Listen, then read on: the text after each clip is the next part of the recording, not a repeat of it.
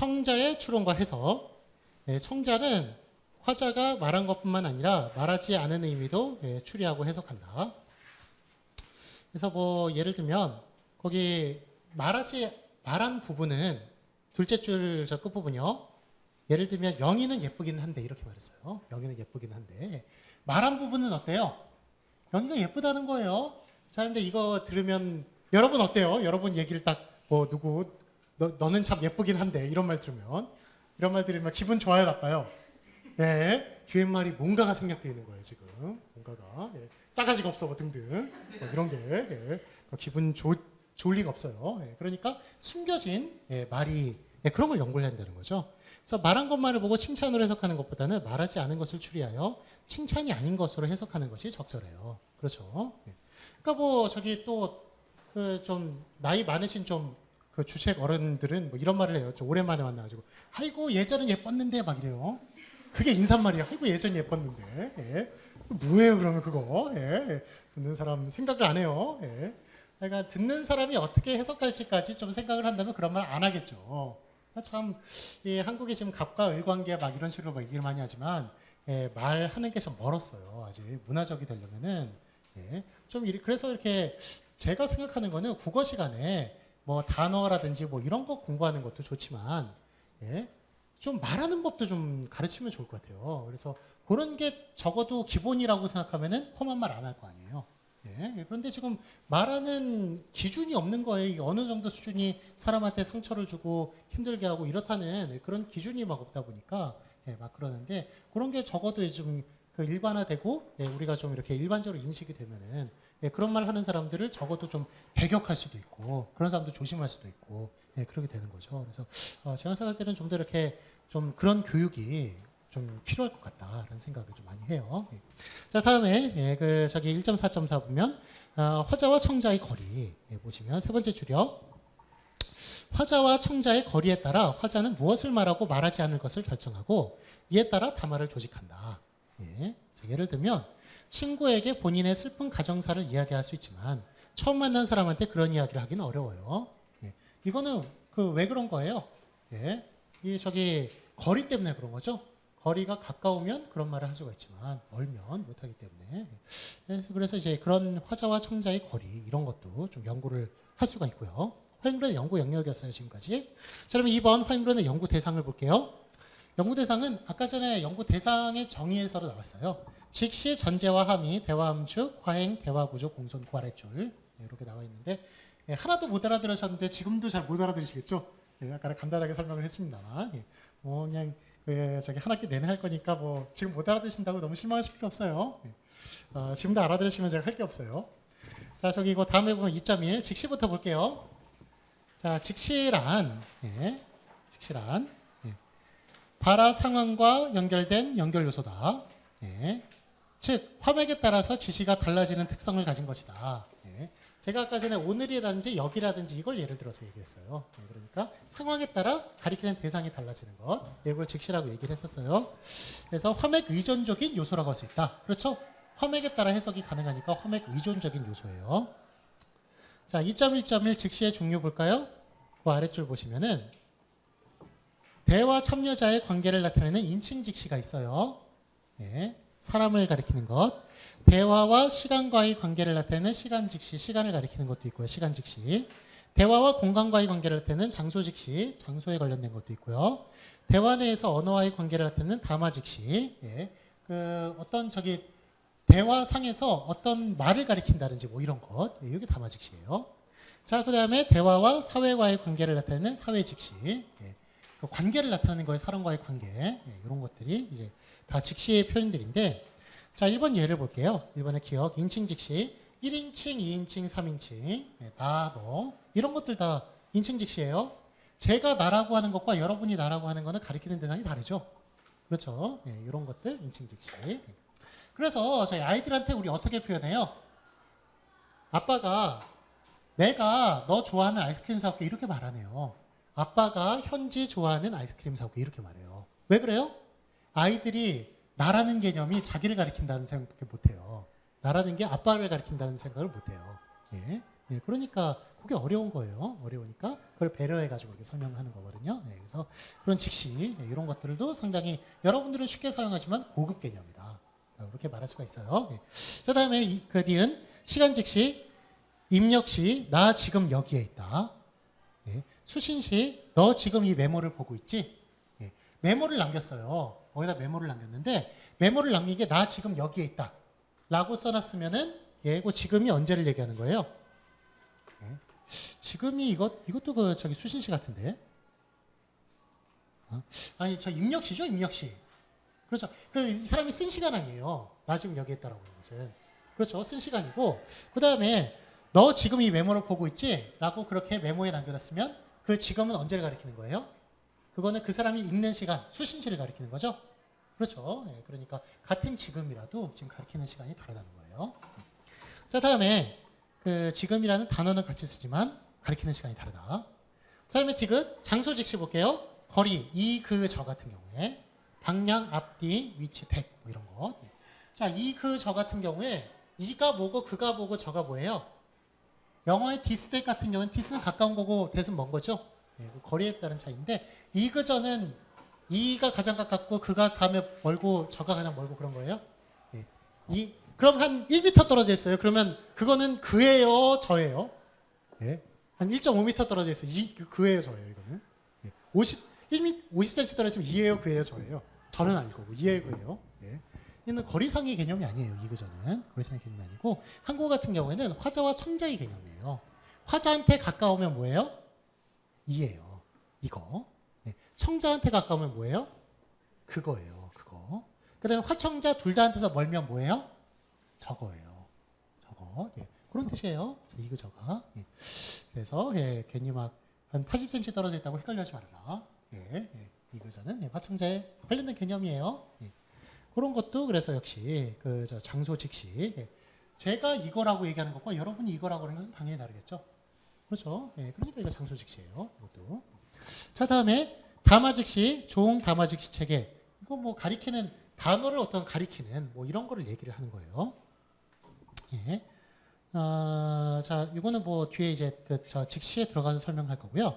그다음 미음 사회 직시를 볼게요. 사회 직시는 경어 혹격을 얘기하는 거예요. 저는 어디에 가면 존댓말을 듣고요. 어디에 가면 반말을 들어요. 그렇죠? 그러니까 그것도 저기 존댓말, 반말 쓰는 것도 그것도 직시에 그게 있다는 거예요. 저기 상황에 따라 다르게 사용이 되니까. 자, 그래서 이런 것들, 그 혹격도 다르겠죠. 제가 그 아버지가 저한테 선생님, 교수님 이러겠어요? 아니죠. 그러니까 그거는 뭐 저기 사회 직시 그렇게 상황에 따라 달라지는 것. 자, 다음에 2.1.2 직시의 표시를 볼게요. 직시의 표시는 2번 지시 관형사 이런 식으로 이그저로 표현되기도 하고요. 지시대명사 이것 그것 저것이 저것으로 표현되기도 하고 인칭대명사 나 너 그 그녀 시간부사 아까 지금 이따 어제 오늘 내일 장소부사 여기 거기 저기 이런 것들 이렇게 대명사나 이런 걸로 가리키기도 하지만 아까 얘기했지만 경어법 그런 존댓말 뭐 이런 걸로 가리키기도 하는 것도 직시예요. 그러니까 이렇게 딱 저 대명사만 있는 건 아니라는 것. 그것도 좀 알아두시고요. 자, 다음에 그래서 직시가 어려워요. 대명사만 있다면 쉬울 거예요. 자, 그다음에 그 다음 줄 직시를 나타내는 문법 자질은 높임법을 나타내는 것과 호응을 나타내는 것이 있어요. 그래서 기억 보시면 직시를 나타내는 문법 자질 아까 전에 저 대명사라든지 직시를 나타내는 어휘를 말하는 것이 아니라 이번에는 문법 자질이에요. 높임법 쉽게 상대 높임 하십시오 하오 하게 해라 해요 해 깨서 이런 것들 다 높임법이고요.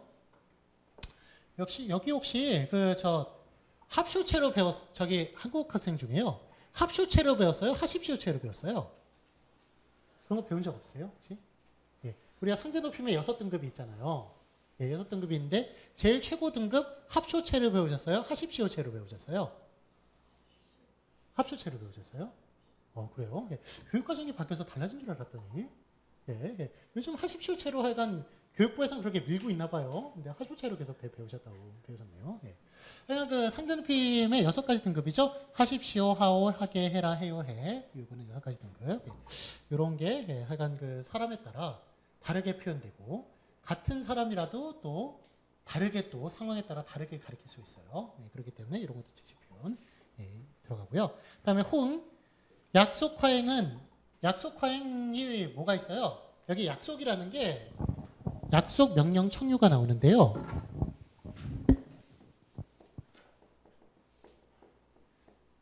요것의 공통점은 화행을 얘기하는 거예요. 화행을 얘기하는 건데 미래에 해야 할 일이 있어요. 미래에 해야 할 일. 약속 화행은 누가 하겠다는 거예요? 미래에 해야 할 일을. 약속 화행은 화자가 하겠다는 거예요. 명령 화행은 누가 하라는 거예요? 네, 청자가 하라는 거예요. 청유 화행은 누가 하라는 거예요? 네, 같이 하자는 거예요. 화청자. 자, 그래서 약속 화행 같은 경우에는 내가 할게. 이거 내가 할게. 라고 얘기하는 것, 그게 약속 화행이에요. 약속 화행. 그건 화자가 하겠다는 거죠? 이 일은 내가 할게. 그 다음에 명령 화행은 어떻게 하는 거예요? 이 일은 네가 해라. 네가 해라. 이게 명령 화행이에요. 청자가 하는 것. 청유 화행은 어떻게 표현하는 거예요? 이 일을 같이 하자. 일을 하자. 자로 표현하면 같이 하자는 얘기죠? 그렇죠? 예. 영어로 표현하면 어떻게 표현해요? 예. 약속 같은 경우에는 어떻게 표현해요? 예. 그걸 나타내죠. 뭐 should라든지 뭐 would라든지 이런 거 사용, will이라든지 이런 거 사용하잖아요. 그렇죠? 예. 그 다음에 명령은 어떻게 표현해요? 명령은 2인칭 주어를 없애죠. 그렇죠? 예. 그 다음에 청유는 어떻게 해요? let를 사용하죠. let. 예. 아마 중국어나 몽골어 다 쓰는 표현이 있어요. 그렇죠? 형식화되어 있어요. 이런 것들은 다. 예. 뭐 약속, 명령, 청유 없는 나라 있어요? 혹시 언어 중에? 예. 다 있죠? 예. 그래서 쓰는 그런 형식들이 그런 것들이 다 정해져 있어요. 정해져 있고 그런 것들. 예. 그런데 하여간 을개같이 약속화행으로 표현되는 것. 을개는 주어가 몇 인칭이에요? 내가 하겠다는 거니까 당연히 1인칭이죠. 1인칭. 그 다음에 명령화행 같은 경우에 영어의 명령화행 같은 경우는 2인칭 주어를 없애버리잖아요. 없애버려도 이해가 가죠? 왜 그래요? 그것의 주어는 당연히 2인칭이니까. 명령의 주어는 몇 인칭이에요? 당연히 2인칭이에요. 2인칭. 자, 그 다음에 청유의 주어는 당연히 몇 인칭이에요? 당연히 1인칭 복수. 레츠, 1인칭 복수. 예, 그렇게 표현하는 거예요. 그런 식으로. 그래서 이런 호응 같은 경우에도 지금 어떤 것이냐에 따라서 이렇게 뭐 달라지거나 그런 것이니까 호응도 역시 직시에 들어간다라고 말할 수가 있는 거예요. 자, 그럼 2.2 볼게요. 전제와 함의. 2.2.1 전제를 보시면 전제는 발화하기 전에 그러할 것이라고 가정하거나 청자가 화자의 발화가 어떠할 것이라고 가정하는 것이다 라는 거예요. 전제와 함의 뒤에 나오는 대화 함축까지도 몽땅 다 숨은 그림 찾기라고 말할 수 있어요. 대화에 숨겨져 있는 것들. 자, 그런데 전제하고 함의 같은 경우에는 논리학에서 숨겨져 있는 것들이에요. 그 다음에 대화 함축 같은 경우에는 화용론에서 숨겨져 있는 것, 실제 대화에서 숨겨져 있는 것. 그렇게 보시면 돼요. 자, 그러면 전제 예를 볼게요. 4번. 영희의 남자친구는 고전음악 CD 4개를 구입했다 라는 말이 있다면 여기에 숨겨져 있는 전제, 일단은 영희라는 여자가 있어요. 그렇죠? 예. 4번이 사실이라면 기억은 당연할 거 아니에요. 그 다음에 니은 영희에게는 남자친구가 있어요. 그렇죠? 영희의 남자친구라고 그랬으니까. 자, 그 다음에 디귿 영희에게는 남자친구가 하나뿐이에요. 이거는 일반적인 전제예요. 남자친구에 많을 수도 있어요. 많을 수도 있는데 하여간 뭐 일반적으로는 그렇게 표현을 하고 일반적인 전제라는 거죠. 만약에 남자친구가 정말 그냥 남자인 친구다. 애인이 아니라. 그렇다면 뭐 남자인 친구라든지 아니면 뭐 친구인데 뭐 남자야 뭐 이런 식으로 표현하겠죠. 그렇게 다르게 표현하는 그런 식으로 표현할 거예요. 그러니까 남자친구는 애인을 뜻하며 하나뿐이다 라는 것. 이런 것도 다 전제되어 있다라는 거예요. 그래서 그 문장에 그럴 것이라고 가정되는 것들. 그런 게 전제고. 자, 그럼 2.2점이 함의를 볼게요. 함의는 발화된 문장으로부터 논리적으로 뒤따라오는 것이다. 따라서 함의는 발화된 문장으로부터 추리된다. 자, 5번. 영희의 남자친구는 고전음악 CD 4개를 구입했다라고 한다면 여기에 들어가 있는 함의는 고전음악 CD 1개를 구입했다, 2개를 구입했다, 3개를 구입했대요. 4개 구입했으면 1개, 2개, 3개는 구입해 있는 것 포함되는 거죠. 그렇죠. 이런 것들. 그래서 전제하고 함의를 구분하기가 어려워요. 구분하기가 어려운데 차이점은 뭐냐 하면 어떤 말을 부정했을 때 그 말을 부정했을 때 살아남으면 전제고 살아남지 못하면 함의예요. 예를 들면 어떤 거냐. 영희의 남자친구는 고전음악 CD 4개를 구입했다. 이것을 부정해 보세요. 어떻게 부정해요? 영희의 남자친구는 고전음악 CD 4개를 구입하지 않았다. 그렇게 부정했죠? 그렇게 부정했을 때 4번에 기억, 니은, 디귿 살아남아야 살아남아요. 영희라는 여자친구가 있고 영희의 남자친구가 있고 영희의 남자친구 하나뿐이라는 거 살아남아야 안 남아요? 살아남아요 다. 그렇죠? 부정해도 살아남아요. 자, 그런데 함의를 볼게요. 영희의 남자친구는 고전음악 CD 4개를 구입하지 않았다. 라고 말을 한다면 영희의 남자친구 고전음악 CD 1개, 2개, 3개 구입했다. 살아남아요? 안 살아남아요? 살아남지 못해요. 이거는. 그렇죠? 그러니까 그런 차이가 있어요. 논리학에서 말하는 건데 자, 전제와 함의를 실제로 좀 뭐 사용하는 경우도 있죠. 예를 들면 그 형사들이 유도신문을 해요. 용의자를 두고 네가 네 아내를 때린 것이 어제 8시였지. 이렇게 말해요. 8시였지. 자, 그렇게 말하면 그 사람이 맞아요, 틀려요 이렇게 말하는 순간 그 사람은 때린 게 기정사실화 되는 거예요. 그렇죠? 그 말은 어떤 말을 숨고 있는 거예요? 숨겨져 있는 거예요. 그 말은. 네가 어제 아내를 때린 것이 8시였지. 이거는. 네가 어제 아내를 때린 건 당연해. 그 전제가 숨겨져 있는 거예요. 네가 어제 아내를 때린 것인데 때린 건 사실인데 그게 8시였냐 아니었냐 이런 거를 물어보기 때문에. 그런데 그 사람이 그 8시라는 것을 8시가 맞건 아니건 그거를 얘기하는 순간 때린 것이 사실이 된다니까요. 때린 것이. 그러니까 그런 유도신문 이런 것에 전제가 사용이 될 수가 있어요. 있는데 일반적으로 좀 많이 사용되진 않아요. 사용되진 않고 일반적으로 많이 사용되는 것은 이거 다음에 나오는 대화 함축이죠. 함축. 자, 2.3.1 대화 함축의 정의를 볼게요. 대화 함축이란 한 발화가 내포하고 있는 상황적 의미들이다. 그 세 번째 줄 보시면 중간에 전제와 함의는 주로 논리 철학과 문장 의미론에서 다뤄지던 개념으로 한정된 문장에서만 그 추출이 가능하다는 점에서 현실과 동떨어진 면이 있다.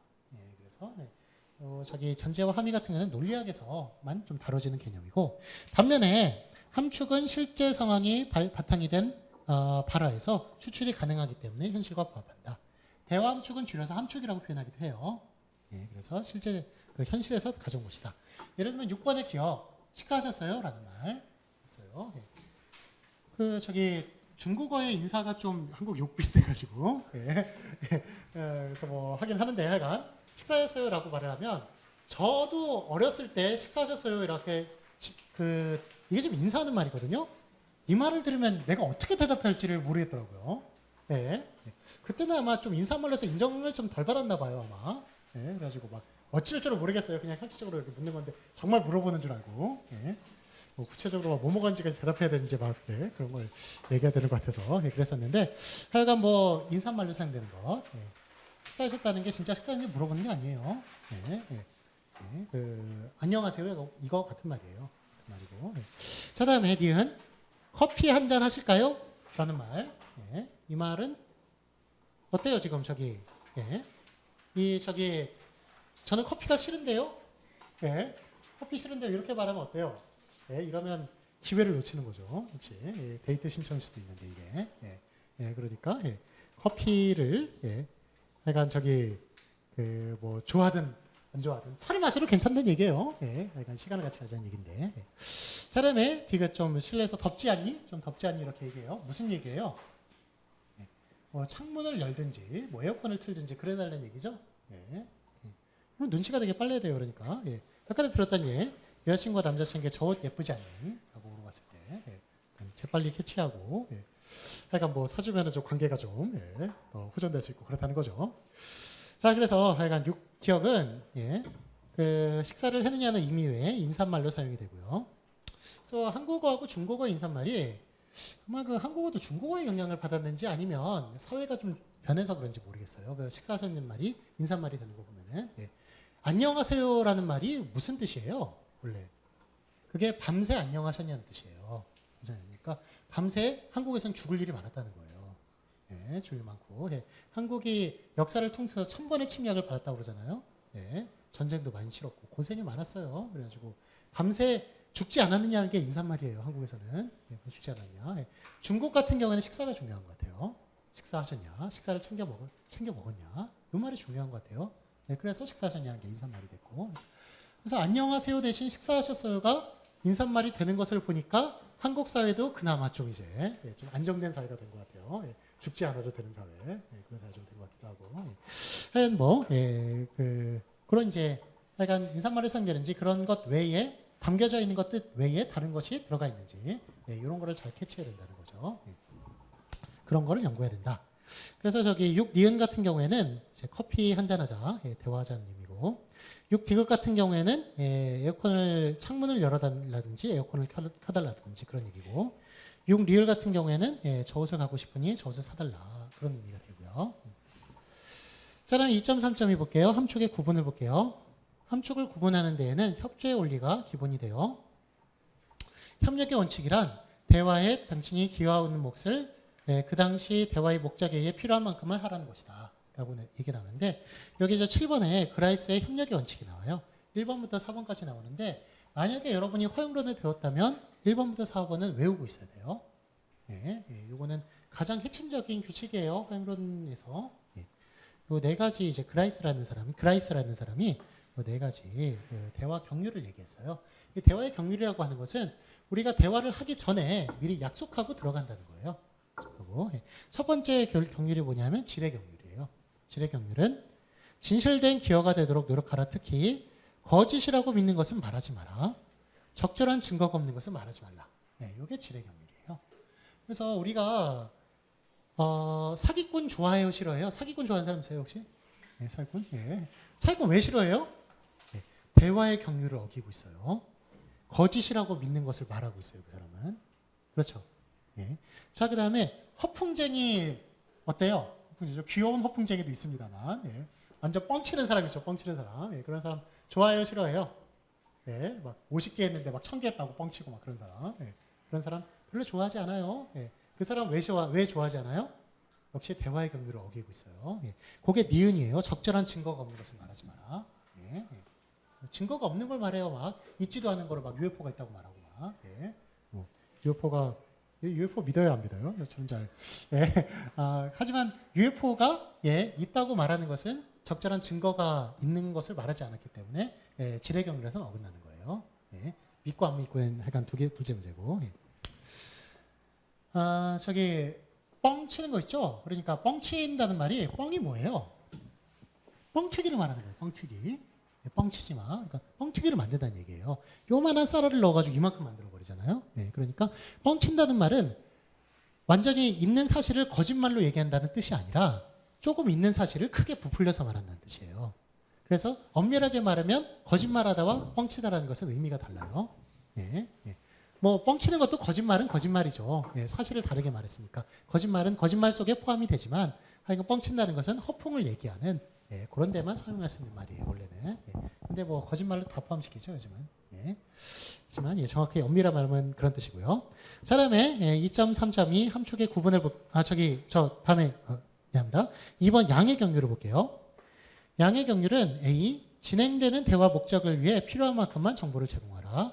비변 필요 이상의 정보를 제공하지 말라라는 것. 여기 양의 경률이에요. 필요한 만큼만 얘기하거나 너무 많이 얘기하거나 너무 적게 얘기하지 말라는 얘기예요. 그래서 우리 그 수다쟁이 어때요? 수다쟁이 좋아해요? 수다쟁이 일반적으로 안 좋아하잖아요. 왜 그래요? 너무 필요 없는 정보를 많이 얘기해요. 필요 없는 정보를. 그러니까 양의 경률을 어기는 거예요. 자, 그렇다고 그래가지고 과묵한 사람 과연 좋아하느냐? 과묵한 사람. 그런 사람 좋아해요? 그런 사람도 별로 좋아하지 않아요. 왜냐하면 필요한 정보는 얘기해야 되는데 그것마저도 얘기를 안 하니까. 그래서 적절하게 얘기하는 것. 그게 양의 경률이 너무 많게만 말하는 것만 얘기하지 않는다는 거예요. 적게 말하는 것도 포함시킨다는 얘기예요. 혹시 저 남성분들 중에 저는 그 삼형제 중에 둘째예요, 제가. 둘째고. 그래서 뭐 남자들 사이에만 이렇게 있다 보니까 40 넘어가지고 겨우 결혼을 했어요. 겨우 결혼을 했는데 하여간 여자들 만나가지고 막 얘기하는 게 너무 저한테는 막 고민거리였어요. 막 막 너무 힘들고 막 이렇게 여럿이서 얘기하는 아무런 사심 없이 감정 없이 얘기하는 거 말고 제가 좋아하는 여성한테 과연 무슨 얘기를 해야 되는지 무슨 그런 거를 저는 나름대로 제가 그 교회 생활이나 이런 걸 많이 해가지고 많은 여자들 사이에 둘러싸였기 때문에 말을 잘하는 줄 알았는데 실제로 이렇게 보면은 그 세계도 좀 별 세계예요. 다른 세계. 일단은 대화 주제부터 달라요. 대화 주제부터. 제가 좋아하는 주제 가지고 얘기하면 안 돼요. 안 되고. 예를 들면 좀 저기 연예인이라든지 뭐 아니면은 뭐 하여간 뭐 좀 다른 주제, 연애에 관한 얘기, 관계에 관련된 얘기, 특히 남녀 관련된 얘기, 데이트에 관련된 얘기 이런 얘기를 많이 해야 돼요. 그래야 데이트가 성공적이 되는 거예요. 근데 그런 거를 이렇게 바람둥이나 이런 사람들은 어떻게 하고 있는지 알고 있어요. 그런 거를 알고 있어요. 자기가 그걸 알고 있다는 사실을 아는지 모르는지도 몰라요. 하지만 얘기를 하면은 먹히고 저 같은 사람은 참 애를 먹고 그랬던 거죠. 그러니까 이게 지금 그래서 나중에 이제 나이를 먹다 보면은 어떤 현상이 벌어지냐면 겁이 나가지고 말을 안 하는 현상이 벌어져요. 차라리 그냥 말을 하지 않는 게 차라리 이득이다. 그래가지고 데이트했을 때 말을 안 해버려요. 그러면은 상대방에서 어떻게 나오느냐? 아무리 내가 마음에 안 들어도 그렇지 어떻게 이렇게 말을 안 할 수가 있느냐고. 또 그런 식으로 얘기를 해요. 그런 식으로 얘기하고. 그러니까 막 완전히 막 그거예요. 저기 막 사면 초가예요. 뭐 어떻게 할지 모르겠고. 그랬던 적이 있었어요. 그랬던 적이 있었는데 하여간 여기는 뭐 남성분들이 진짜 몇 분 안 계시네요. 근데 다들 보니까 너무 데이트를 다 잘할 것 같아요. 잘할 것 같고. 말씀도 잘하실 것 같고. 근데 제가 드리고 싶은 말씀은 거기에 관련된 책들이 많으니까 책을 읽어라. 책을 읽으니까 저는 해방됐어요. 거기서 이제 무슨 말을 책을 읽고 10년간 연마했어요.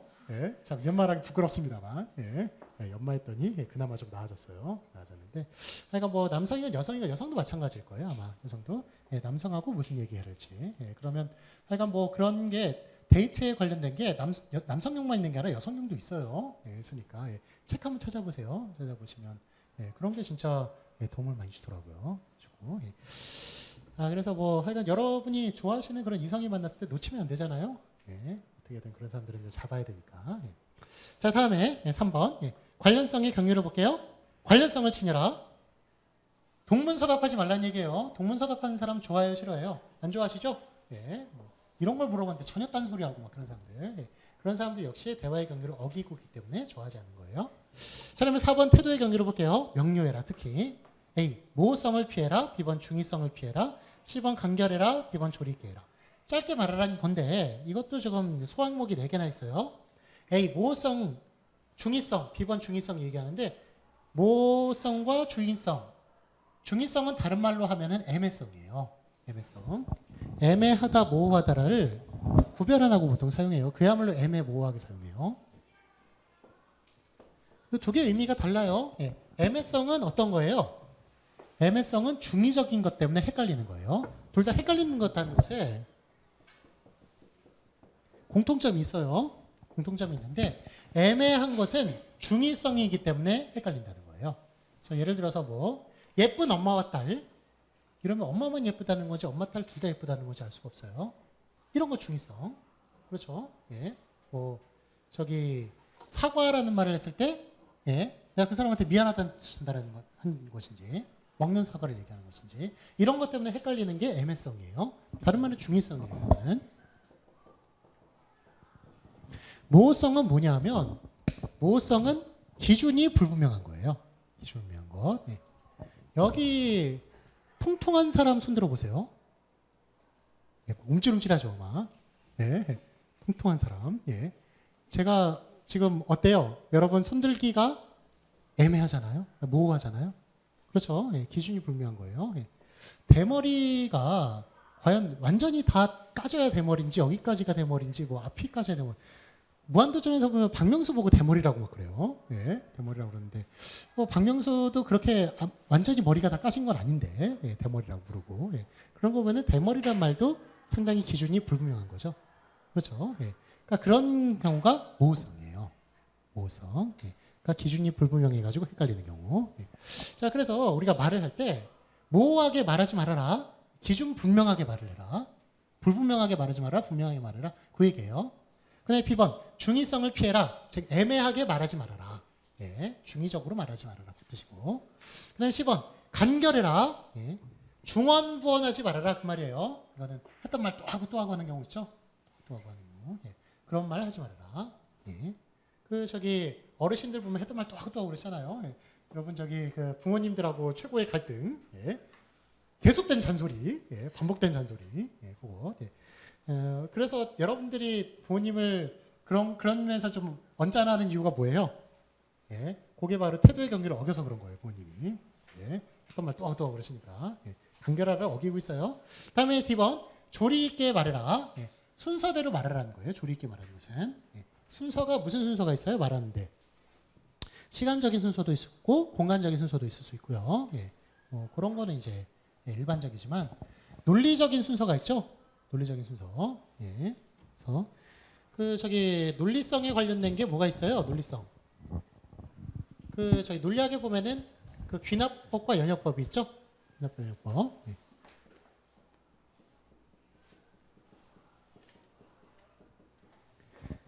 결론이 앞에 나오는 게 귀납법이에요? 뒤에 나오는 게 귀납법이에요?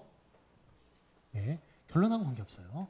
결론에 위치하고는 관계없는 거예요. 예, 관계없고 이거는 뭐 가지고 얘기하는 거냐면 결론은 앞에 나오건 뒤에 나오고는 상관없어요. 상관없는데 일반적인 진리 가지고 근거를 삼으면 연역법이에요. 구체적인 사실 가지고 작은 사실 가지고 근거를 삼으면 귀납법이에요. 귀납법. 예. 그래서 큰 거를 들으냐 작은 걸 들으냐. 예, 예를 들어서 어떤 사람이 너무 떠들어요. 학생이 그렇게 떠들면 되냐. 학생이 선생님 앞에서 이렇게 떠들면 되냐. 제가 뭐 가지고 말한 거예요? 귀납법의 연역법이에요. 그건 연역법이에요. 연역법. 예. 학생이라는 것은 더 큰 범위잖아요. 학생이 그래서는 안 된다라는 거 가지고 제가 그 근거를 삼은 거예요. 예, 그럴 때는 연역법. 그런데 자, 봐. 너 얘도 안 떠들지, 얘도 안 떠들지, 왜 너만 떠드니? 이렇게 얘기하면 뭐예요, 그거는? 그거는 귀납법이에요. 귀납법. 작은 거 가지고 근거를 삼은 거죠. 그렇죠. 예. 그래서, 이 결과가 어디 들어가면 상관없어요. 예. 그래서 상관없는데, 예. 근거 가지고 이제 드는 거. 예. 그러니까 이런 귀납법, 연역법대로 했느냐. 예. 이런 것. 그러니까 적절한 근거를 들었느냐. 이런 것도, 예. 역시 조리대로 조리 있게 해라. 여기에 관련되는 이야기예요. 자, 다음에 2.4 볼게요. 이번엔 화행. 화행이란 발화를 인간의 행동이라고 보고 언어가 가지는 행동의 측면을 부각시켜 이르는 것이다.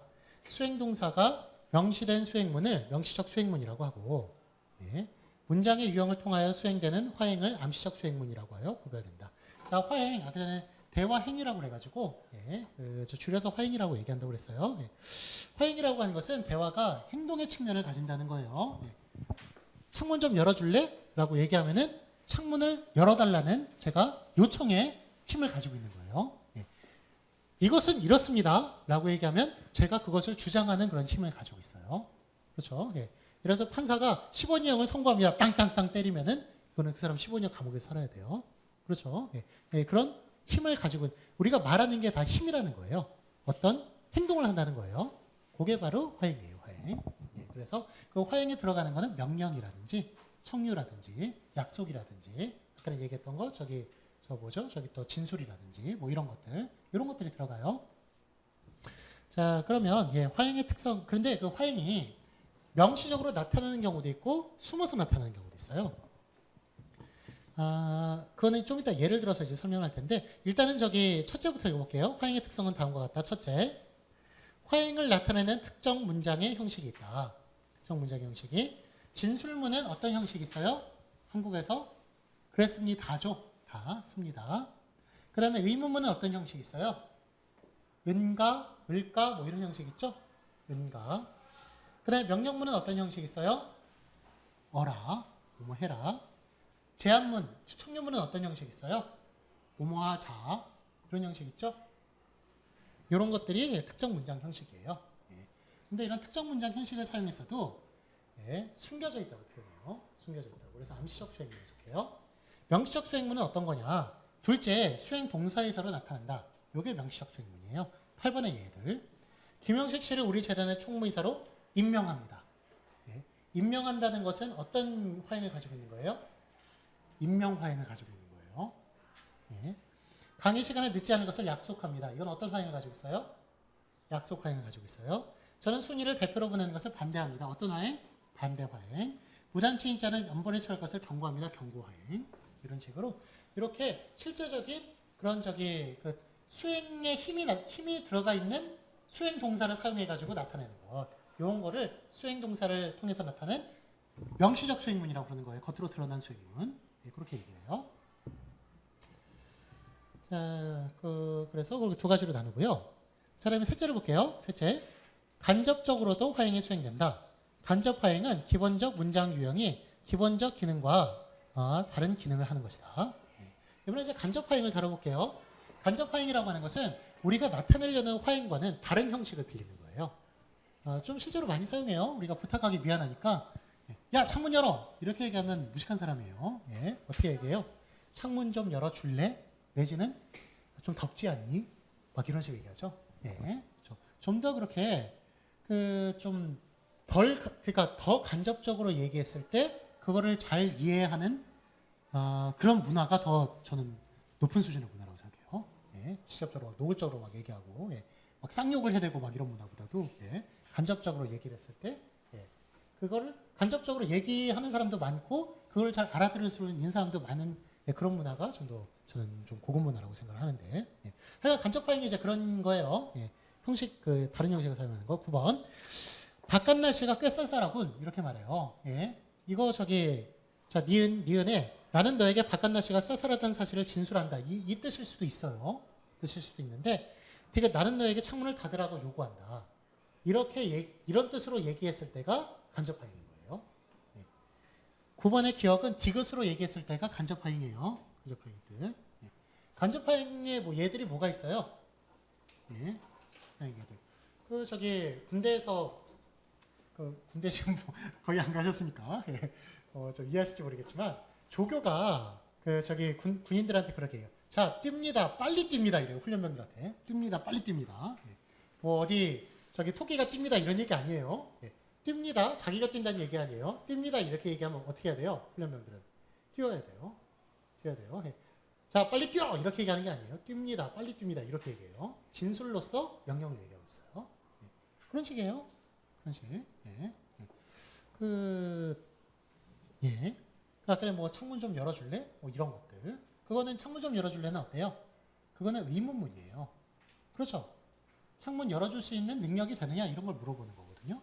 의사가 있느냐 이런 걸 물어보는 것인데 예, 그거는 실제로는 창문 좀 열어라 라는 식의 명령의 뜻을 할 수 있단 말이에요. 그런 것도 간접화행. 다른 형식으로 표현하는 게 거기 간접화행이라는 거예요. 자, 다음에 2.5 대화 구조를 볼게요. 그 대화 구조를 보시면 화행서부터 대화까지 쭉 나와요. 화행이 뭐냐면 제일 작은 형식, 분석의 형식적 최소 단위이다. 화행을 지니고 있으며 보통 한 문장으로 이루어진다. 자, 우리가 A, B가 여기 얘들이 지금 갑과 을이라고 돼 있어요. 갑을 이렇게 돼 있는데 갑을이라는 게 예전에는 그냥 A, B하고 같은 뜻이었어요. A 대화자, B의 대화자 이런 뜻하고 같은 뜻이었는데 요즘 이제 사회가 하도 삭막해지다 보니까 갑을이라는 게 갑이 막 힘있고 을이 힘없는 사람 그런 식으로 비춰져요. 그래서 이거 좀 예를 좀 다 바꿔야 될 텐데 제가 깜빡하고 바꾸지 못했어요. 그래서 갑을이라고 하는 것은 갑은 힘 있는 사람, 을은 힘이 약한 사람 그걸 뜻하는 게 아니에요. 여기서 저 책에서 표현하는 것은 다 그냥 A, B 이런 거하고 똑같은 뜻이에요. 자, 하여간 여기 지금 A, B 이렇게 표현할게요. 자, 이런 식으로 대화를 하는데 보통 한 문장으로 얘기해요. 여러 개 문장으로 얘기할 수도 있어요. 예, 여러 개 문장으로 얘기할 수도 있죠. 예. 자, 그 다음에 상대방도 한 문장으로 얘기하는 사람도 물론 있어요. 물론 있는데 예를 들어서 라디오 프로그램이나 이런 데 나와가지고 게스트가 이렇게 물어봐요. 그러면 네, 했습니다. 아닙니다. 이렇게만 얘기하면 대화가 돼요, 안 돼요? 예, 그 게스트 다시는 안 데려와요, PD가. 예, 거기에 대해서 뭘 물어보면 막 줄줄 얘기를 해야 얘기를 잘하는 사람인 거예요, 말을. 예, 그래서 이 사람도 이렇게 얘기를 해요. 예, 그런데 남자 같은 경우에는 안 그러죠. 예. 여자 같은 경우는 이런 대화가 돼요. 남자 같은 경우는 단답형이에요. 밥 먹었냐? 네. 뭐 학교 갔다 왔냐? 네. 뭐 이런 식으로 뭐 이렇게 예, 특히 아들과 아버지와 아들 대화는 막 그런데 예. 하여간 이렇게 예, 대화가 이런 식으로 이루어진단 말이에요. 이렇게 서로 이렇게. 예. 자 그러면 요거 한 문장 요거를 뭐라고 부른다는 거예요? 요게 화행이에요. 요게 화행. 요 화행. 자 그다음에 요거 A가 통째로 얘기했어요. 요게 뭐예요? 요게 화행이고 요게 뭐예요? 요게 순서 한 턴이에요. 한 턴. 순서. 게임 많이 했죠? 게임에서 한 턴. 한 턴. 자, 그 다음에 요게 뭐냐면 AB 교환. 자, 그 다음에 우리가 얘기할 때 이 사람이 이 얘기하고 이 사람 딴 얘기하고 또 이 사람 딴 얘기하고 딴 얘기하고 그래요? 예. 그러면 관련성의 경계를 어긴 거예요. 예. 뭘 가지고 얘기해요? 보통 하나의 주제 가지고. 대화에서는 뭐라고 그래요? 대화에서는 주제를 화제라고 그러죠. 화제. 예, 하나의 화제 가지고 얘기해요. 예, 이런 거 하나를 뭐라고 그러는 거예요? 이런 거를 예, 단위 화제라고 얘기하는 거예요. 화제.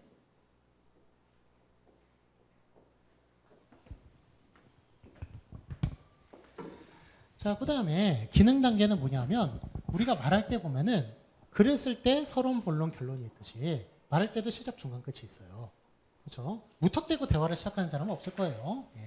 괜히 뭐 인사라도 하든지, 예. 뭐 가볍게 뭐 날씨 얘기를 한다든지, 뭐 이런 식으로 시작해가지고 대화를 시작하잖아요. 그게 대화 시작. 중간에서 본론을 얘기하고 결혼할 때 딱 끝났다고 그래가지고 그냥 가버리고 그러면은 예, 뒤에서 막 욕하죠, 막 예, 저런 뭐 네 가지 없는 막 이런 식으로 예. 갈 때도 인사하고, 예, 인사하고 아니면은 뭐 안부를 이렇게 또 누구 전화라고 그러든지 그렇게 하고 그러고 끝내죠. 예, 그러니까 대화도 시작, 중간, 끝이 있는데 그 시작, 중간, 끝을 각각을 예, 기능 단계라고 그러는 거예요. 시작 기능 단계, 중간 기능 단계, 끝 기능 단계.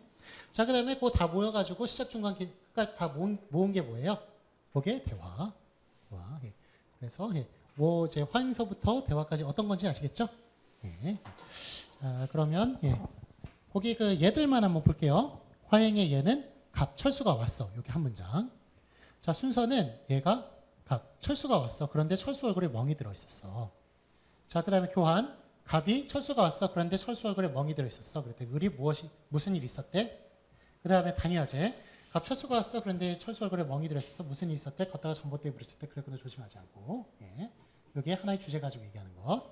하나의 화제 가지고 얘기하는 것. 자, 기능 단계 시작, 중간, 끝. 이거 너무 크니까 예를 안 들어놨어요. 시작, 중간, 끝이에요. 예, 대화는 전체를 묶은 것. 예, 그게 대화다. 그렇게 말할 수 있고요. 다음에 2.6 볼게요. 공손. 말했죠? 공손이란 상호작용 속에서 타인의 체면을 인정하고 있다는 것을 보여주는데 사용되는 수단을 말한다. 체면을 인정하고 있는 거예요. 공손이라고 하는 것은 체면 지켜주기 게임이에요. 그래서 그런데 을이면은 완전히 막 체면 무시하고 막 말하잖아요. 예. 여러분 저기 그 사회에 나가면 갑일 것 같아요, 을일 것 같아요. 예. 일단은 뭐 저기 회장님 아들 딸이 아닌 이상 을로 시작하죠. 을로 시작하고 그 을이 좀 빨리 끝났으면 좋겠는데 을이 상당히 길어지는 경우도 있어요. 길어지는 경우도 있는데 예, 그렇게 했을 경우에 상당히 그렇게 지속적인 그런 그 험한 말이나 이런 걸 들으면은 예, 상당히 좀 정신이 피폐해지고 예, 마음이 참 강팍해지고 그렇죠. 예, 그래서 좀 그러지 않았으면 좋겠는데 예, 하여간 사회가 좀 좋았으면 좋겠어요. 체면을 지켜줘야 돼요. 그러니까 그것도 저기 갑도 을의 체면을 지켜줘야 돼요. 지켜줘야 되는데 을이면 뭐 마구 체면 깎아야 된다. 예, 이렇게 생각을 하고 그러면은 너무 좀 비문화적이죠. 비문화적이고 예, 사람 살 사이가 못 되는 거예요. 자, 그래서 그 체면이라는 게 뭐냐? 예, 그 아래 보면 체면이란 공적으로 지켜지는 개인의 자존심을 말한다. 개인의 자존심. 예, 그러니까 자존심을 지켜줘야 된다. 즉 체면이란 모든 사람이 자신에 대하여 가지고 싶은 공적 자아감이라고 했습니다. 예, 공적 자아감. 자기가 다른 사람한테 가지고 싶은 그런 예, 그 모습 예, 이런 걸 얘기한다는 거예요. 예. 근데 뭐 아주 그냥 그 나는 저 독재자가 되겠다 이런 자아상을 지켜줄 필요는 없죠. 그렇죠? 그런 자아상을 지켜줄 필요 없고 예.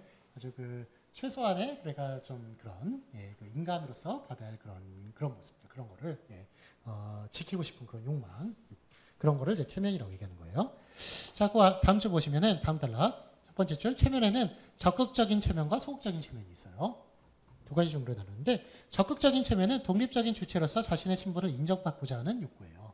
예, 그러니까 그 사회에서 인정받고 싶어하는 욕구, 예, 그런 거를 적극적인 체면이라고 하고 소극적인 체면은 외부의 간섭이나 부당한 외부의 압력으로부터 벗어나서 자기가 선택한 일을 하는 자유를 누리고자 하는 것, 곧 방해받지 않으려는 욕구를 말한다. 여러분의 바운더리 있죠? 바운더리를 침해받지 않고자 하는 침해당하지 않는 그런 그 욕구, 그게 바로 소극적인 욕구예요. 소극적인 체면이에요. 자, 체면은 그 다음 단을 볼게요. 체면은 끝에 보시면 첫 번째 줄 끝에 보시면 체면 위협 행위가 있어요. 체면 위협 행위는 청자의 체면을 손상시키는 행위고요. 체면 보호 행위는 청자의 체면을 지켜주는 행위예요.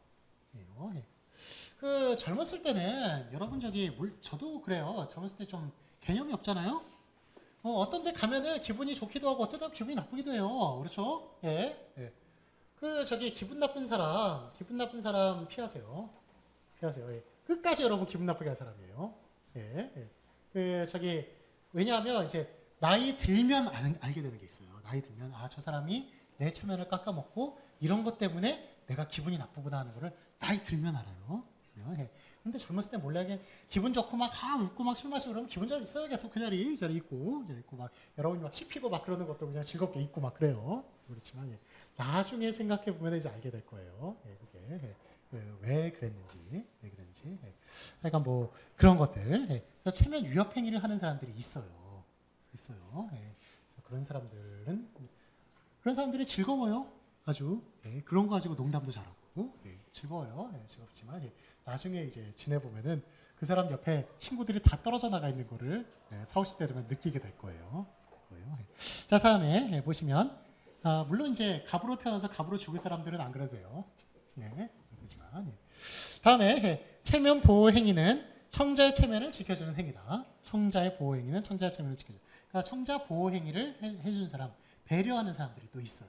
보면 그런 사람들 젊어서도 빛이 날 수도 있지만 나이 들어서는 되게 빛이 나요. 그런 사람들 빛이 나고 그래서 어려웠을 때 보호해주고 뭐 그런 사람 비난받지 않게 해주고 그렇게 하는 사람들 그런 사람들이 되려고 노력해야 되지 않겠어요? 자, 다음에 뭐 도덕 시간은 아닙니다만 다음 단락 보시면은 그 첫째 줄 끝부분 적극적인 체면을 향한 체면 보호 행위에는 그러니까 이제 체면 보호 행위도 적극적 체면 보호 행위가 있고 소극적 체면 보호 행위가 있어요. 있는데 자, 적극적 체면을 향한 체면 보호 행위는 협동심을 보여주고 동일한 공동의 목표를 가지고 있다는 것을 강조하는 행위 등을 포함하는데 이를 적적 공손이라고 한다. 즉 그 사람의 사회적인 권위나 이런 거를 인정해 주는 거라고 그랬잖아요.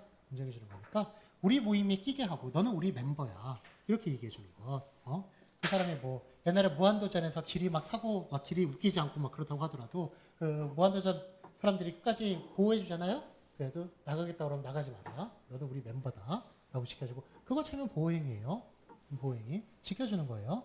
그 사람이 저희 공적인 그거를 다른 사람을 공중 앞에서 칭찬해 주는 것 이런 것도 체면 보호행위예요. 체면 보호행위. 그 사람을 인정해 주는 것, 인정해 주는 걸 보여주는 것. 자, 다음에 그 다음 줄 보시면은 그 소극적 체면을 향한 체면 보호행위. 이번에 소극적 체면을 위한 것은 상대방이 가진 시간에 관심을 표현한다든지 부담을 주거나 방해했을 때 사과하는 행위 등을 표현해요. 이건 바운더리 침해하지 않는 거라고 그랬죠? 그러니까 그 사람이 가진 시간 내가 너 방해하지 않았니? 이렇게 얘기하는 거. 이런 것들, 이런 게 소극적 보호행위예요. 너 이거 시간 바쁠 텐데 괜찮겠니? 뭐 이런 거 이렇게 표현하는 거 그런 것들. 뭐 바쁘다고 그러면은 과감히 포기하고 다른 사람 한다든지 뭐 이렇게 하는 그런 행위. 자, 다음에 이를 소극적 공손이라고 해요. 소극적 공손. 그래서 적적 공손, 소극적 공손 구별하시죠? 자, 다음에 다음 계속 읽을게요. 다시 말해 남에게 준 방해나 부담에 사과하는 것이 소극적 공손이다. 그래서 남 방해하는 것에 대해서 얘기하는 것. 자, 다음에 방해하는 것을 사과하는 것 이런 것. 다음에 2.6점을 볼게요. 공성명률을 볼게요. 자, 그 공성명률이 한국말이 아까는 상대 높임의 6가지 등급이 있죠. 그래서 한국말이 상당히 어려워요. 어떨 때 하십시오 철사를 쓸지, 어떨 때 해요 철사를 쓸지, 어떨 때 해체를 써야 되는지 알 수가 없어요. 그래서 되게 힘든데 그러면 한국 사회가 다른 사회보다 훨씬 더 공손한 사회냐? 그래요? 그래요? 말만 발전했다 뿐이지 다른 나라는 그러면 돌상놈들만 사는 완전 그런 그 원시시대냐 완전히. 그렇지 않아요.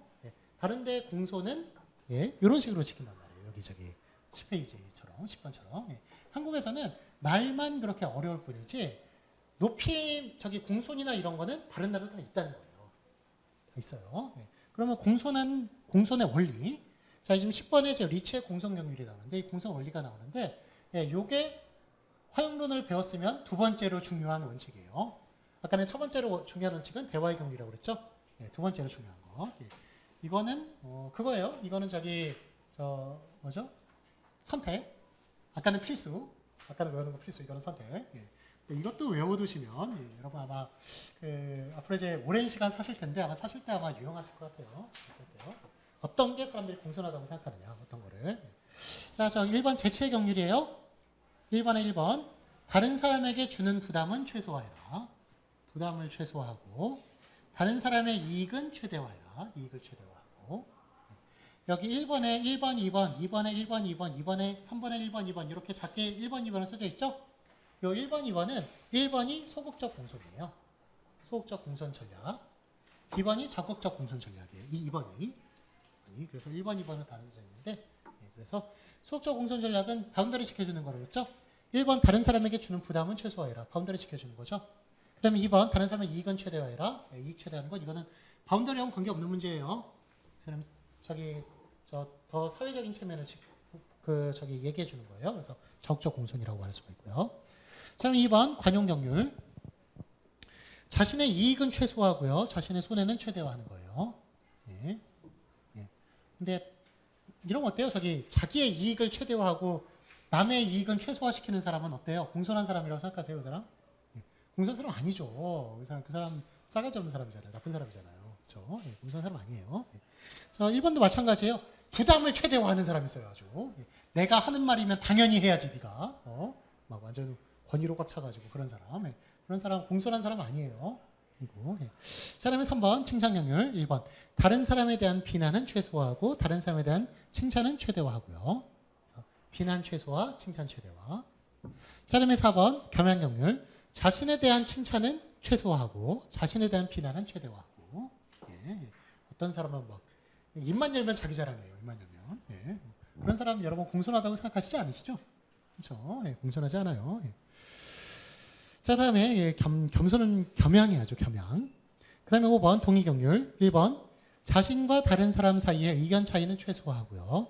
자신과 다른 사람의 동의는 최대화하고요. 그래서 여러분이 반대 의견을 말할 때도 뭐 그렇게 말하는 게 좋아요. 그 말도 맞습니다만 이런 식. 그게 필요 없는 말 같아도 실제로 다른 사람이 그게 그 말 하느냐 안 하느냐가 천지 차이예요. 선생님 말씀도 맞네요.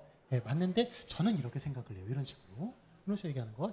그 말 틀려요. 무슨 말도 안 되는 얘기예요. 막 이런 식으로 얘기하는 것보다 선생님 말씀도 맞지만 네 말도 맞지만 이 말도 일리가 있는데 나는 이렇게 생각해. 이렇게 얘기하는 게 동의의 경계를 지키는 거라고요. 반대를 하려면 그렇게. 자, 다음에 6번 공감의 경률 1번 자신과 다른 사람 사이의 반감은 최소화해라. 자신과 2번 다른 사람의 공감은 최대화해라. 그래서 반감을 줄이고 공감. 그래서 대단히 안 된 얘기지만 뭐 이런 식의 그 서양에서는 그 어머니 어렸을 때 돌아가서 I'm sorry 이러잖아요. 그거 공감 경률이에요. 그렇죠? 그래가지고 이제 그거라는 거죠. 그 사람 안 된 마음에 공감을 해주는 거죠. 그런 것들. 자, 다음에 이런 공성 경률 그것도 뒤에 살펴볼 거예요. 더 예를 들어가면서. 자, 그러면 3번 화맥 계산. 자, 화맥 계산은 1번 예를 볼게요. 1번이 갑이 있는데 그러니까 미안하지만 너 지금 바로 다시 여기 올 수 있니? 이렇게 얘기했어요. 그랬더니 을이 글쎄요. 저는 오늘 부산에 가야만 합니다. 디귿 갑 이번 목요일은 어때? 이렇게 말을 해요. 자, 이게 지금 화맥 계산인데 요 간단한 걸 통해서 얼마나 많은 계산이 쏟아져 나올 수 있는지, 얼마나 많은 그 정보를 캐낼 수 있는지 한번 생각해 보도록 하죠. 2번이 여기서 나올 수 있는 정보예요. 1번에 간단한 대화에서 나올 수 있는 정보가 2번만큼 이렇게 많아요. 더 있을 수도 있어요. 근데 뭐 그냥 발견한 것만 이렇게 보이는 거예요. 자, 1번 기억 보시면, 2번의 기억 보시면 이것은 대화의 시작도 끝도 아니에요. 끝도 시작도 아니에요. 어떻게 알았어요? 어떻게 알았어요? 그러니까를 보면은 뭘 할 수 있어요? 대화의 시작이 아니라는 걸 알 수 있죠. 앞에 무슨 말이 있다는 걸 알 수 있죠. 자, 그 다음에 어때? 라고 물어봤죠. 물어보면 당연히 뭐가 나와야 돼요? 대답이 나와야겠죠. 그러니까 끝도 아니에요. 예. 이거 알 수 있어요. 그렇죠. 자, 그 다음에 니은요. 갑은 을에게 말이 끝나면 바로 갑에게 오라고 부탁하고 있어요. 어떻게 알았어요? 여기 올 수 있니? 나 미안하지만. 이런 말. 미안하지만을 부탁할 때 보통 사용하잖아요. 그렇죠. 네, 그러니까 부탁이라는 것을 알 수가 있어요. 이 말이. 부탁이라는 게 들어가 있다는 것을. 그 다음에 니은의 니은. 을은 그가 응할 수 없다는 것을 함축하고 있어요. 네. 을은 지금 올 수 있다는 것을 거절하고 있어요. 어떻게 알았어요?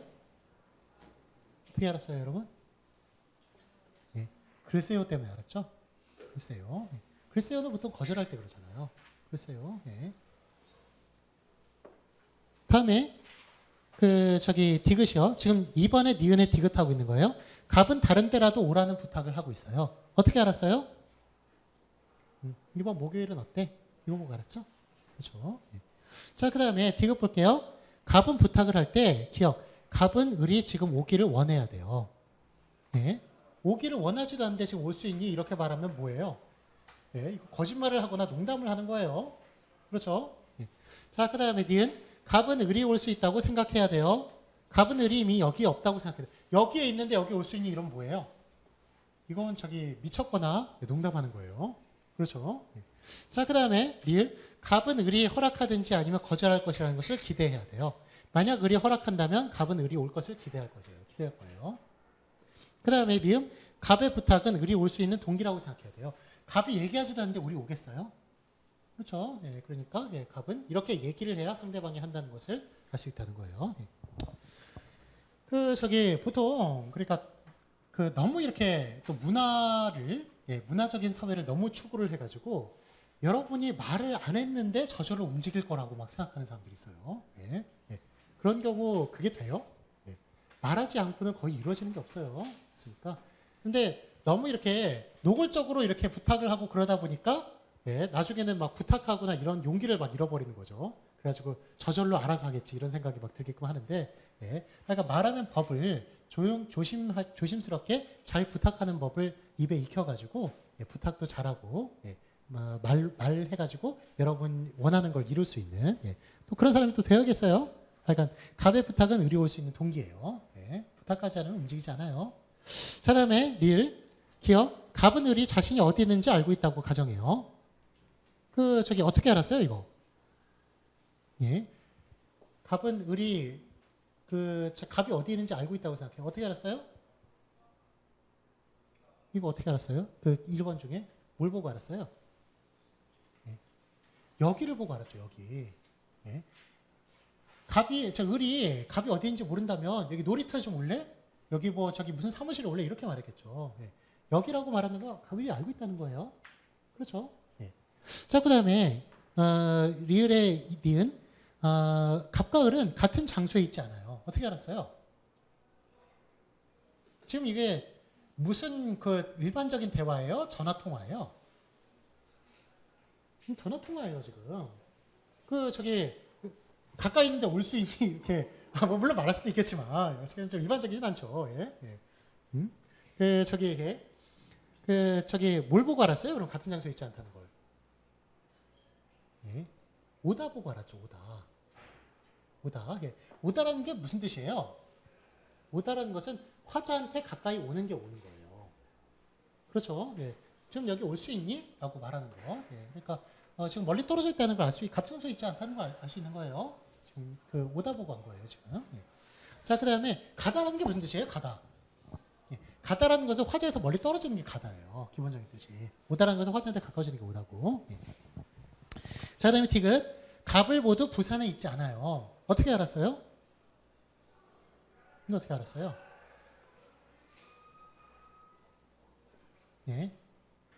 지금 저기 을이 뭐라고 말해요? 부산에 가야만 합니다. 부산에 가다. 예. 자, 그러면 지금 을이 일단은 을은 지금 부산에 가다라고 하니까 을은 거기 부산에 없는 거죠. 갑은 부산이 없어요. 갑은 예. 지금 이게 저는 오늘 부산에 가야만 합니다가 어떤 용도로 사용되고 있어요? 예. 갑이 지금 여기 오라는 얘기에 대한 거절로서 지금 사용되고 있잖아요. 거절의 이유로서. 그러면은 부산에 가야 한다면 부산에 갑이 없어야 지금 이게 거절의 그게 되는 거죠. 거절의 말이 되는 거죠. 그렇죠? 예. 그것 때문에 한 거예요. 예. 자, 그 다음에 리을 갑은 을이 전에 자기 집에 온 적이 있다고 생각해요. 예, 이거 어떻게 알았어요? 이 대화 보고 이걸 어떻게 알았어요? 예, 다시 보고 알았죠. 그렇죠? 다시 여기 다시 올 수 있니? 예, 그러니까 그 전에 온 적이 있는 거죠. 다시라는 말 때문에. 자, 그다음에 비음 대화가 이루어진 날은 목요일이나 수요일이 아니다. 예, 적어도 갑은 그렇게 믿고 있다. 이거 어떻게 알았어요? 이 말이 이루어지는 게 수요일이나 목요일이 아니에요. 어떻게 알았어요? 예, 무슨 말 때문에 알았어요?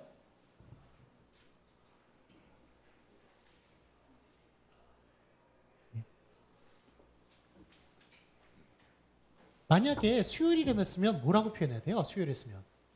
예, 내일 어때? 이렇게 해야겠죠. 내일 어때? 예. 그 다음에 목요일이었으면 어떻게 표현해요?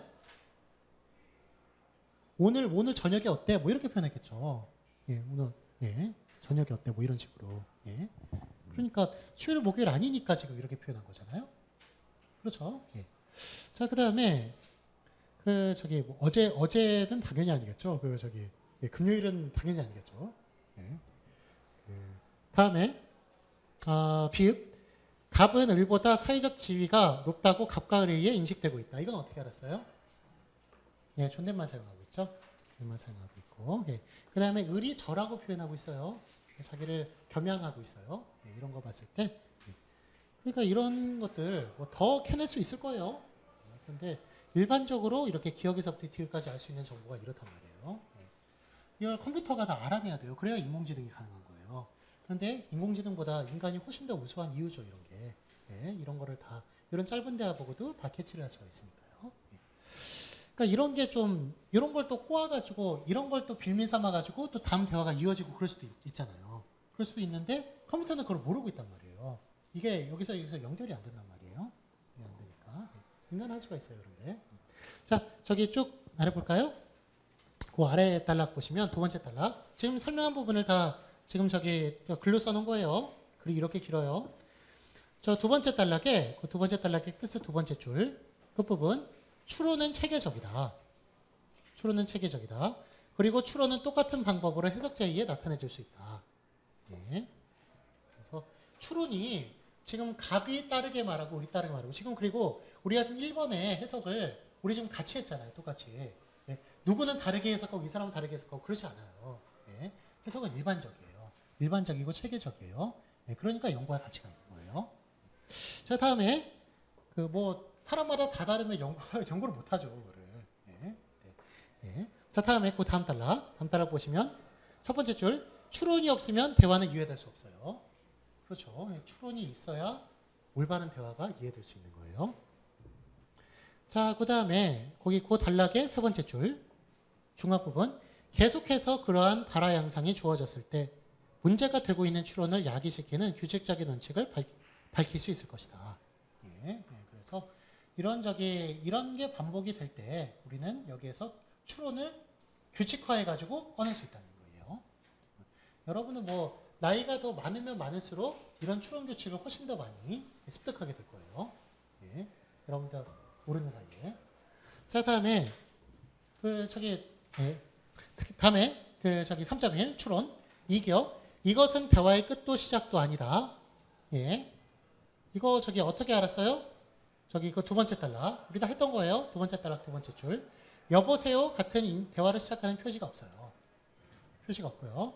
그리고 발화 7기억이 시작되는 불변화사 그러니까는 현재 발화를 이전의 발화와 관련시키는 기능을 가지고 있기 때문이에요. 네. 여보세요 같은 말이 없고 그러니까라는 말이 나오니까 대화 시작 아니에요. 끝이 아니라는 건 어때 때문에 그런 거예요. 끝은 얘기 안 나와 있는데. 자, 다음에 이 3.2 추론 2 니은요. 3.2.1 추론 2 니은 기억. 갑은 을에게 말이 끝나면 바로 갑에게 오라고 부탁하고 있다. 부탁이라는 걸 어떻게 알았느냐 하면 그 단락의 끝에서 두 번째 줄. 끝에 세 번째 줄이네요. 그 부분 의문문 형태도 부탁을 나타낼 수 있다. 명령을 나타낼 수 있다. 의문문 형태를 보고 알았고요. 자, 그 다음에 그리고 이러한 해석은 미안하지만 보고 또 알았어요. 미안하지만 하고 의문문 사용하면 당연히 부탁이에요. 이거는. 자, 다음에 그 3.2 추론 3.2.1 추론 2 니은 3.2점이네요. 3.2.2 추론 2 니은은 을은 그가 응할 수 없다는 것을 함축하고 있다. 거기에 여섯 번째 줄이요. 여섯 번째 줄 끝부분. 을은 부산에 가야만 한다. 따라서 만일 갑과 을이 부산에 멀리 있어서 서로 이것을 알고 있다. 거기로 여행하는데 남은 하루가 걸린다면 을은 오늘 몹시 바쁠 것이다. 물론 뭐 KTX 때문에 2시간 반 만에 부산에 갔다 올 수 있지만 하루 만에 갔다 오는 건 좀 불가능해요. 어려워요 좀. 바로 여기는 올 수 없어요. 그래서 을은 그가 갑을 만날 수 없는 간접적인 이유를 제시하고 있다. 그렇게 함으로써 갑의 부탁을 거절하는 것으로 이해될 수 있어요. 예. 거절하는 거예요. 부산에 가야만 합니다라는 말은. 자, 그 다음에 물론 이게 지금 부산 옆에 무슨 옆 동네나 이런 데서 하는 대화가 아니에요. 어디서 하는 대화겠어요? 아마 서울에서 하는 대화일 거예요. 서울에서. 자, 다음에 거절로서 사용되는 거 보면은. 자, 다음에 다음 줄 보시면 글쎄요. 글쎄요란 말도 거절을 나타내고 있고요. 그 다음에 3.2.3 추론 2 니은 디귿. 갑은 다른 때라도 원하는 부탁을 하고 있다. 그 다음 단락에 제일 첫 번째 줄이요. 우리는 또한 발화 1 디귿이 반복되는 부탁으로 간주되는 추론을 하게 된다. 예. 그건 어떻게 알았느냐? 그 다음 줄. 애는 어때? 어때라는 말, 이거는 부탁이죠.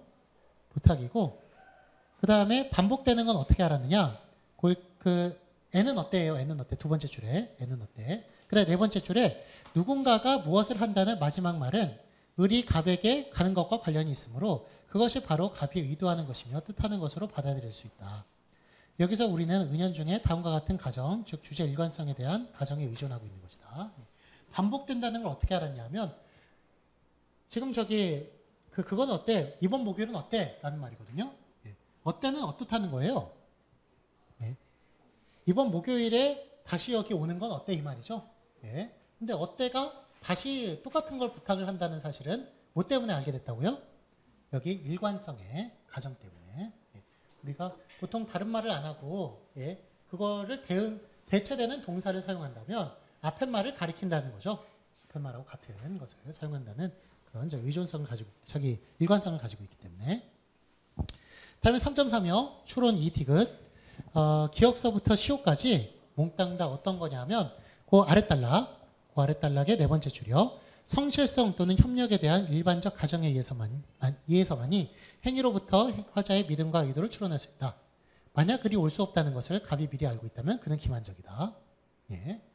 올 수 없는데도 부탁을 올 수 있는 것처럼 얘기를 한다면 이건 속이는 거죠. 기만하거나. 그러나 만약 을이 올 수 없다는 것을 갑이 알고 있다는 사실을 을이 알고 있다는 것을 갑이 안다면 갑은 전혀 부탁하는 것을 해석될 수 없다. 이게 무슨 얘기인지 아시겠어요? 이거 되게 말장난 같지만 한번 읽어보세요. 무슨 말인지. 그러니까 서로가 을이 올 수 없다는 것을 갑도 알고 있고 을도 알고 있다는 거예요.